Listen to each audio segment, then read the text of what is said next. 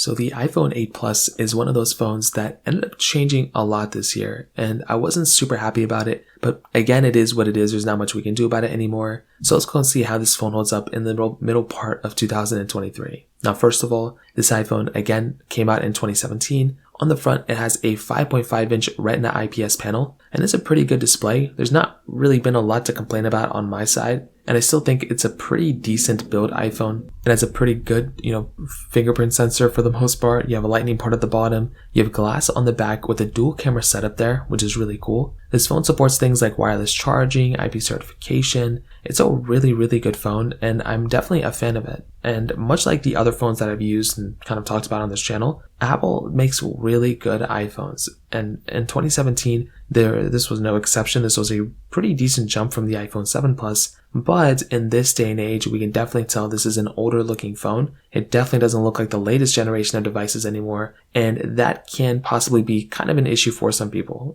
This phone, including for myself, it'd be kind of annoying to use a phone like this. I totally probably could, but again, it's definitely showing its age more now than ever before. Now, in terms of the camera, you are getting that dual camera setup on the back. Now, you can get 4K at 60 on the back of this thing, which is nice. And you can do 1080p on the front of this phone too, which for that day and age, it was pretty good. For this day and age, it's a completely different story. We're now able to do 4K at 60 on the front. We've been able to do that since like 4 or 5 years ago. With the back camera, this thing is also pretty decent, but again, you're getting a much better camera from something like an iPhone 11 than this thing. So it doesn't really make a lot of sense to use a phone like this anymore, considering that it is kind of showing its age. So definitely keep that in the mind in the back of your head, but regardless, it kind of makes sense, and I'm sure a lot of people know how this camera holds up right now. Now, in terms of software, this thing does actually have an interesting storyline this year. So this thing ended up getting iOS 16, but it ended up stopping at iOS 16. So right now, iOS 17 is out in a beta, and I've been using it. It's good,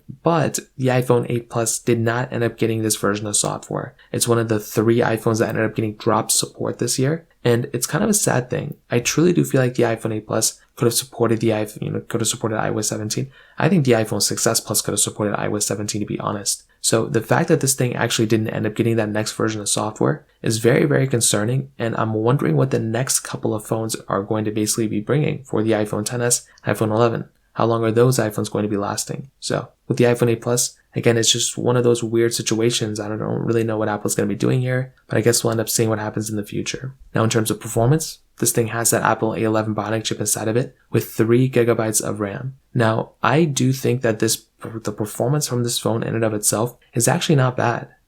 I feel like Apple did a pretty decent job with the performance of this phone back then. And I still think like if you needed to use a phone with an Apple A11 Bionic chip, I think you'd probably be okay. But as I mentioned before, these types of phones do show their age quite fast. And this probably would not be the phone I would recommend buying if you wanted to have a phone that was actually a good performing phone for a long period of time. This is probably not one of those devices. And again, it's one of those sad things, but it's the sad truth. And that's just kind of what's going on here too. So to kind of sum up this video, what I'll tell you is I definitely do think the iPhone 8 Plus is a good phone when it first came out, but I just don't think it's worth buying anymore. And you're much better off buying something like an iPhone XR or an iPhone 11 rather than buying this type of device. So in terms of that kind of covers it up there. If you have any other thoughts or questions, let me know in the comment section below. Hit the like button, that would mean so much, but definitely hit that subscribe button. More importantly than everything else, I love every single one of you guys. Hopefully I'll catch you guys in the next video. Peace out till then.